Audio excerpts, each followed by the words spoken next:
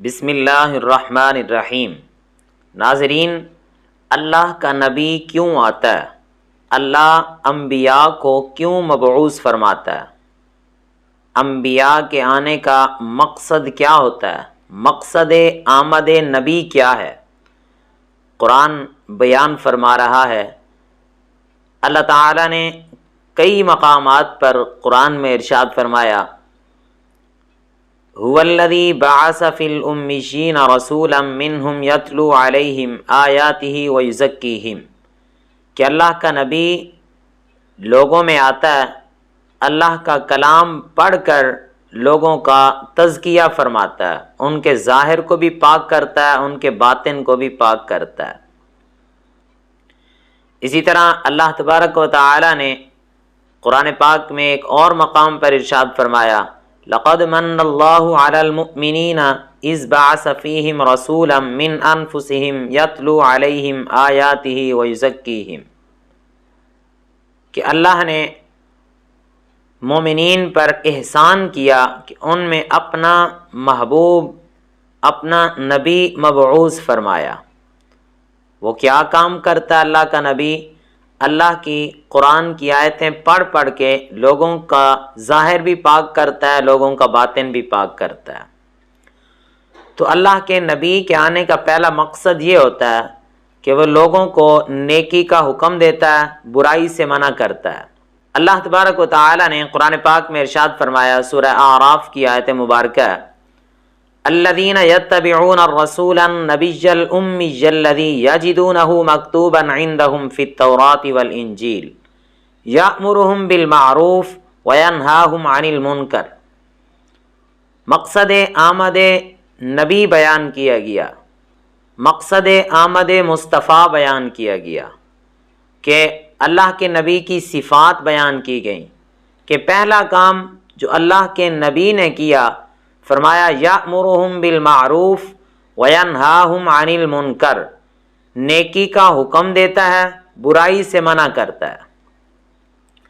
ہر نبی نے اپنی اپنی قوم کو نیکی کا حکم دیا، برائی سے منع کیا، توحید، رسالت اور آخرت پر ایمان لانے کا حکم دیا۔ اور یہ تینوں چیزیں، توحید، رسالت، آخرت، ہر نبی کی تبلیغ کے مشترکہ نکات ہیں۔ توحید، رسالت، آخرت، ہر نبی نے یہ تینوں چیزیں اپنی قوم کو ضرور بتائی ہیں کہ اللہ کو مانو، اللہ کی طرف سے آنے والے رسول کو مانو، آخرت پر یقین رکھو۔ اور یہ اسی وقت ہوتا ہے جب نیکی کا حکم دیا جائے، برائی سے منع کیا جائے۔ نیکی کا حکم جب ہوگا تو دل صاف ہوں گے، گناہوں سے رکیں گے، برائی سے رک جائیں گے۔ جب دل صاف ہوں گے تو اللہ تبارک و تعالیٰ کی طرف دل مائل ہوں گے، اللہ کی یاد کی طرف دل جھکیں گے تو دل پاک رہیں گے۔ جب دل پاک رہیں گے تو اللہ تبارک و تعالیٰ باطن کو بھی پاک کر دے گا، اس کے صدقے ظاہر کو بھی پاک کر دے گا۔ تو اللہ کا نبی پہلا کام یہی کرتا ہے، یأمرہم بالمعروف وینہاہم عن المنکر، نیکی کا حکم دیتا ہے، برائی سے منع کرتا ہے۔ ہر نبی نے یہ کام کیا، چاہے کہ قوم نے آگے شہید کر دینے کی دھمکیاں بھی دیں، رجم کر دینے کی دھمکیاں بھی دیں، قوم نے اپنے اپنے نبیوں کو تکلیفیں بھی پہنچائیں، قوم نے اپنے اپنے نبیوں کو ملک، شہر بدر کرنے کی دھمکیاں بھی دیں، شہید کر دینے کی دھمکیاں بھی دیں، لیکن اللہ کے کسی نبی نے یہ کام نہیں چھوڑا، نیکی کا حکم دیا ہے، برائی سے منع کیا ہے۔ اور کریم آقا علیہ السلام، حضور صلی اللہ تعالی علیہ وآلہ وسلم، آخری نبی، خاتم النبیین، آپ نے یہ کام کیسے کیا؟ اللہ کی طرف سے آنے والا ہر حکم، اللہ کی طرف سے آنے والے پیغام کی تبلیغ، اللہ کے احکامات کی تبلیغ، اللہ کی طرف لوگوں کو کیسے بلایا ہے، اس کی تو کہیں مثال ہی نہیں ملتی۔ حضور علیہ السلام نے نیکی کا حکم دیا، برائی سے منع کیا۔ آپ مکہ کی گلیوں میں نیکی کا حکم دیتے، برائی سے منع کرتے۔ میلوں میں چلے جاتے، لوگوں کو نیکی کا حکم دیتے، برائی سے منع کرتے۔ طائف کے بازاروں میں نیکی کا حکم دینے، برائی سے منع کرنے کے لیے چلے گئے۔ پھر آگے قوم کا جو ریئیکشن آیا اس پر صبر بھی کیا، لوگوں نے پتھر بھی مارے، نیکی کا حکم دینا، برائی سے منع کرنے سے پیچھے نہیں ہٹے۔ لوگوں نے جادوگر بھی کہا، پھر بھی نیکی کا حکم دیا، برائی سے منع کیا۔ لوگوں نے راستے میں کانٹے بھی بچھائے، پھر بھی نیکی کا حکم دیا، برائی سے منع کیا۔ لوگوں نے پتھر مار مار کے حضور علیہ الصلوۃ والسلام کے جسم مبارک کو لہو لہان کیا، پھر بھی رسول اللہ صلی اللہ تعالی علیہ وآلہ وسلم نے نیکی کا حکم دیا ہے، برائی سے منع کیا ہے، اپنے اس کام سے، اپنے اس مقصد سے پیچھے نہیں ہٹے۔ پھر صحن کعبہ میں نبی پاک علیہ الصلوۃ والسلام پر نماز پڑھتے ہوئے اونٹ کی اوجری بھی ڈالی گئی، رسول اللہ نے پھر بھی نیکی کا حکم دینا، برائی سے منع کرنا نہیں چھوڑا۔ حضور علیہ الصلوۃ والسلام کے پیچھے اوباش لڑکے لگائے گئے، حضور علیہ الصلوۃ والسلام نے پھر بھی نیکی کا حکم دینا، برائی سے منع کرنا نہیں چھوڑا۔ شیب ابی طالب میں نبی پاک علیہ الصلوۃ والسلام کو محصور کیا گیا، حضور علیہ الصلوۃ والسلام نے پھر بھی نیکی کا حکم دیا، برائی سے منع کیا، یہ کام نہیں چھوڑا۔ نبی پاک علیہ الصلوۃ والسلام کے بہت سارے دشمن مشرکین مکہ حضور علیہ الصلوۃ والسلام کو ستاتے رہے، حضور علیہ الصلوۃ والسلام نے نیکی کا حکم دیا، برائی سے منع کیا، اس کام کو چھوڑا نہیں ہے، بلکہ اللہ کے پیغام کو، نیکی کے حکم کو اس طرح عام کیا ہے کہ آج تک وہ دین ہمیں واضح طور پر بتا رہا ہے کہ نیکی کیا ہے، برائی کیا ہے۔ یأمرہم بالمعروف وینہاہم عن المنکر۔ پھر نبی پاک علیہ الصلوۃ والسلام کی تبلیغ کا اثر دیکھیے، حضور علیہ الصلوۃ والسلام نے نیکی کا حکم دیا، برائی سے منع کیا، اس دور میں آ کر کہ جہاں ماؤں کی عزت نہیں تھی، جہاں بہنوں کی عزت نہیں تھی، بہنوں کی عزت کو پامال کیا جاتا تھا، اگر شوہر فوت ہو جاتا تو ماں کے ساتھ زنا کیا جاتا، اگر ماں فوت ہو جاتی تو باپ کو چوکوں میں کھڑا کر کے بیچ دیا جاتا تھا، یتیموں کی عزت نہیں تھی، یتیم بچے کو منحوس سمجھا جاتا تھا۔ وہ دور تھا کہ جب لوگوں کو حلال کا بھی پتہ نہیں تھا، حرام کا بھی پتہ نہیں تھا، اٹھنے بیٹھنے کا بھی پتہ نہیں تھا، چلنے پھرنے کی بھی تمیز نہیں تھی، ہمسایوں کے حقوق کا پتہ نہیں تھا، چھوٹوں پر شفقت کیسے کرنی ہے یہ بھی پتہ نہیں تھا، بڑوں کی عزت کیسے کرنی ہے یہ بھی پتہ نہیں تھا۔ زمانہ جاہلیت تھا، جاہلیت کے دور میں لوگ زندگی گزار رہے تھے، اس دور میں آ کر نبی کریم علیہ الصلوۃ والسلام نے نیکی کا حکم دیا ہے، برائی سے منع کیا ہے، نیکی کا حکم دے کر برائی سے منع کر کے، اللہ کا پیغام پہنچا کر کے، قرآن کی آیات پڑھ پڑھ کے لوگوں کے دل پھر ایسے پاک کیے، ایسے ان کے دل پاک کیے، پھر ایسے ہیرے تراشے کہ قوم کا امام بنا دیا۔ حضرت عبداللہ ابن عباس رضی اللہ تعالیٰ عنہ آپ بیان فرماتے ہیں، کریم آقا علیہ الصلوۃ والسلام سے پوچھا گیا، یا رسول اللہ صلی اللہ علیہ وسلم، وہ قرآن پاک کی کون سی آیت ہے جو آپ پر شدت والی ہو؟ تو حضور علیہ الصلوۃ والسلام نے ارشاد فرمایا کہ حج کا موسم تھا، مشرکین مکہ میں موجود تھے، میں میدان مینا میں تھا، حضرت جبرائیل علیہ السلام تشریف لائے اور آ کر یہ آیت مبارکہ مجھے سنائی، اللہ کی طرف سے یہ آیت لے کر آئے، یا ایھا الرسول بلغ ما انزل الیک من ربک، اے رسول آپ پر جو اللہ کی طرف سے نازل کیا گیا اس کی تبلیغ کیجئے۔ تو حضور علیہ الصلوۃ والسلام نے ارشاد فرمایا، میں نے وہیں پھر مکہ کے کافروں کو، مکہ کے ان سرداروں کو، قریش مکہ کو، مشرکین مکہ کو، کفار قریش کو، وہیں پر میں نے تبلیغ کرنا شروع کر دی۔ پھر قوم کا ریئیکشن یہ تھا کہ وہ پتھر مارنے لگے، حضور علیہ الصلوۃ والسلام کو تکلیف پہنچانے لگے، کریم آقا علیہ الصلوۃ والسلام کو ستانے لگے، طرح طرح کے جملے بولنے لگے۔ تو نبی پاک علیہ الصلوۃ والسلام نیکی کا حکم دیتے رہے، برائی سے منع کرتے رہے، حضور علیہ الصلوۃ والسلام پیچھے نہیں ہٹے۔ ہاں، حضور علیہ الصلوۃ والسلام کے کانوں میں یہ آواز پڑی، کسی نے کہہ دیا کہ جس طرح باقی انبیاء کرام کی قوموں پر عذاب نازل ہوا ہے، آپ بھی اپنی قوم کے لیے یہ دعا کر دیں کہ عذاب نازل ہو جائے۔ تو حضور علیہ الصلوۃ والسلام نے یہ دعا فرمائی، اللہم اہدی قومی فإنہم لا یعلمون، اے اللہ میری قوم کو ہدایت عطا فرما، یہ جانتے نہیں ہیں۔ دیکھیے قوم نے کتنا ستایا، کتنی تکلیفیں پہنچائیں، اللہ کے نبی نے نیکی کا حکم دیا، برائی سے منع کیا، اس کام کو نہیں چھوڑا۔ آج اگر امت تباہی کی طرف جا رہی ہے، آج قوم اگر ان مصیبتوں، ان پریشانیوں، ان آزمائشوں میں مبتلا ہے، وجہ اس کی یہی ہے، نیکی کا حکم دینا چھوڑ دیا، برائی سے منع کرنا چھوڑ دیا۔ ترمذی شریف کی حدیث مبارکہ ہے، کریم آقا علیہ الصلاۃ والتسلیم نے ارشاد فرمایا کہ جب لوگ نیکی کا حکم دینا چھوڑ دیں گے، برائی سے منع کرنا چھوڑ دیں گے، تو اس وقت اللہ ظالم حکمران ان پر مسلط فرما دے گا، اور وہ دعائیں مانگیں گے، ان کی دعائیں بھی قبول نہیں ہوں گی۔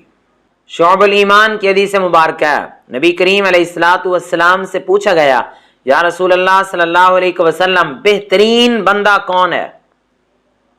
تو حضور علیہ الصلاۃ والسلام نے ارشاد فرمایا، بہترین بندہ وہ ہے جس کے اندر یہ خوبیاں پائی جائیں۔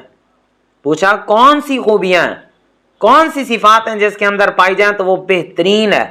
تو حضور علیہ السلام نے ارشاد فرمایا، جو اللہ سے ڈرنے والا ہو، صلہ رحمی کرنے والا ہو، یعنی رشتہ داریوں کو جوڑنے والا ہو، توڑنے والا نہ ہو، اور فرمایا نیکی کا حکم دینے والا ہو، برائی سے منع کرنے والا ہو، وہ بہترین بندہ ہے۔ حضرت امام حسن بصری رحمت اللہ تعالی علیہ آپ بیان کرتے ہیں کہ جو بندہ نیکی کا حکم دے، برائی سے منع کرنے، وہ اللہ کا بھی خلیفہ ہے، اللہ کے رسول کا بھی خلیفہ ہے، اللہ کی کتاب قرآن کا بھی خلیفہ ہے۔ یہ مقام و مرتبہ ہے نیکی کا حکم دینے والے کا، برائی سے منع کرنے والے کا۔ تو یہ بہت ہی بڑا کام ہے، نیکی کا حکم دینا، برائی سے منع کرنا۔ اور جو نیکی کا حکم دیتے ہیں، برائی سے منع کرتے ہیں، دین کی تبلیغ کرتے ہیں، پھر اس کام میں ان کو تکلیفیں بھی اٹھانا پڑتی ہیں، پریشانیاں بھی آتی ہیں، لوگوں کی طرف سے غلط ری ایکشن بھی آتا ہے، پھر اس پر صبر بھی کرنا چاہیے، صبر بھی ہوتا ہے، لوگوں نے طرح طرح کی باتیں بھی کرنی ہوتی ہیں۔ تو اللہ کے نبی کی آمد کا مقصد نیکی کا حکم دینا، برائی سے منع کرنا۔ نبی کریم علیہ الصلاۃ والسلام نے کس طرح لوگوں کے دلوں کو پاک کیا، پھر حضور علیہ الصلاۃ والسلام کا حکم سن کر کوئی مسلمان ہوا، پھر حضور علیہ الصلاۃ والسلام کا چہرہ مبارک دیکھ کر کوئی مسلمان ہوا، حضور علیہ الصلاۃ والسلام کا اخلاق دیکھ کر کلمہ پڑھا، نبی پاک علیہ الصلاۃ والسلام کی باتیں سن کر کلمہ پڑھا۔ آئیے سنیے، بہت ہی زبردست واقعہ ہے۔ حضرت سمامہ بن اسال رضی اللہ تعالیٰ عنہ، آپ نے کیسے اسلام قبول کیا؟ یمامہ کے رہنے والے تھے، سن 6 ہجری کی یہ بات ہے۔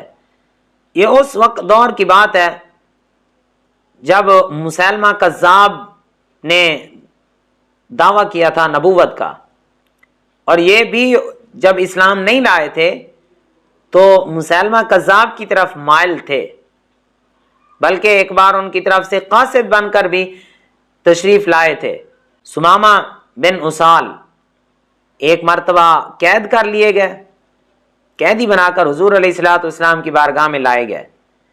تو کریم آقا علیہ الصلاۃ والسلام نے ارشاد فرمایا کہ ان کو مسجد نبوی میں ستون کے ساتھ باندھ دیا جائے۔ صحابہ کرام نے باندھ دیا۔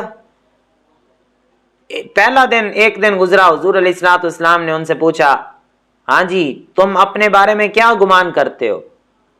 تو یہ کہنے لگے کہ اگر آپ مجھے قتل کر دو گے تو ایک خونی کو قتل کرو گے، یعنی میرے خون کا بدلہ لیا جائے گا۔ اگر مجھے چھوڑ دو گے تو میں تمہارا شکر گزار رہوں گا۔ اگر تمہیں مال کی ضرورت ہے، پیسے چاہیے، کہ وہ میں تمہیں دے دیتا ہوں۔ ایک دن گزر گیا، حضور علیہ الصلاۃ والسلام نے ارشاد فرمایا ابھی اس کو بندہ رہنے دو۔ دوسرا دن گزرا، حضور علیہ الصلاۃ والسلام نے پوچھا، اس نے پھر یہی جواب دیا۔ تیسرا دن آ گیا، 3 دن گزر گیا، حضور علیہ الصلاۃ والسلام نے پوچھا، ہاں جی اپنے متعلق کیا گمان کر رہے ہو؟ تو اس نے پھر یہی جواب دیا۔ تو نبی پاک علیہ الصلاۃ والسلام نے ارشاد فرمایا کہ اس کو چھوڑ دیا جائے۔ جب اس کو چھوڑا گیا تو جو 3 دن تک مسجد نبوی میں نبی پاک علیہ الصلوۃ والسلام کو دیکھتا رہا، حضور علیہ الصلوۃ والسلام کے چہرہ مبارک کی زیارت کرتا رہا، نبی پاک علیہ الصلوۃ والسلام کی باتیں سنتا رہا، حضور علیہ الصلوۃ والسلام کی مبارک چال کو دیکھتا رہا، حضور علیہ الصلوۃ والسلام کے پیارے رخساروں کو دیکھتا رہا، کریم آقا علیہ الصلوۃ والسلام کے حسن و جمال کی جھلک دیکھتا رہا، 3 دن تک مسجد نبوی میں حضور کے اخلاق کو دیکھتا رہا۔ اب اس کو رہا کر دیا گیا تو وہ سامنے ہی ایک باغ تھا، وہاں پہ پانی کنواں تھا، وہاں پہ انہوں نے غسل کیا، اپنے آپ کو پاک کیا اور واپس آ گئے۔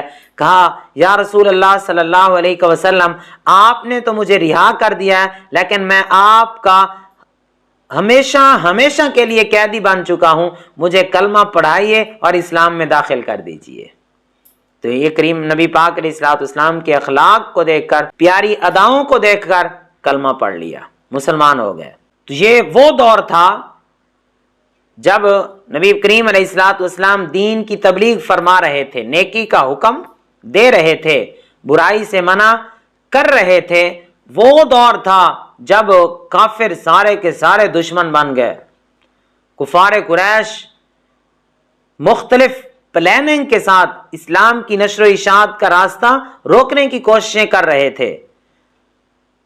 حج کا موسم آتا تو مکہ کی طرف آنے والے سارے راستوں پر اپنے باشندے بٹھا دیتے اور آنے والوں کو روکتے تھے کہ ادھر نہ جانا، اگر چلے گئے تو ایک جادوگر آیا ہوا معاذ اللہ، اس کی باتوں کو نہ سننا۔ طفیل بن عمر دوسی، ایک شخص آیا مکہ میں، تو ان کو بتایا گیا کہ ان کی باتوں کو نہ سننا، وہ جادوگر ہے، جو اس کی بات سنتا ہے اسی کا ہو جاتا ہے۔ تو انہوں نے اپنے کانوں میں روئی ڈال لی کہ میں سنوں گا ہی نہیں۔ سین کعبہ میں حضور علیہ الصلوۃ والسلام نے فجر کی نماز پڑھائی، نماز میں جب قرآن کی تلاوت کی تو ان کے کانوں میں قرآن کی تلاوت کی آواز پڑی، اور قرآن پڑھنے والا وہ ہو جس کے اوپر قرآن نازل کیا گیا، جن کے قلب مبارک پر قرآن اترا۔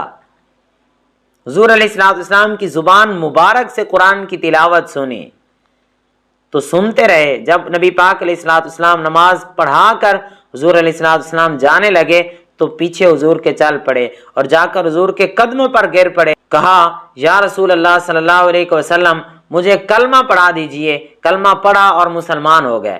یہ ہے کہ اللہ کا نبی یتلو علیہم آیاتہ ویزکیہم، قرآن کی آیات پڑھ پڑھ کر لوگوں کے دلوں کو بھی پاک کر دیتا ہے، ان کے باطن کو بھی پاک کر دیتا ہے، ان کے ظاہر کو بھی پاک کر دیتا ہے۔ تو پتہ چلا کہ قرآن کی تلاوت دل پاک کر دیتی ہے۔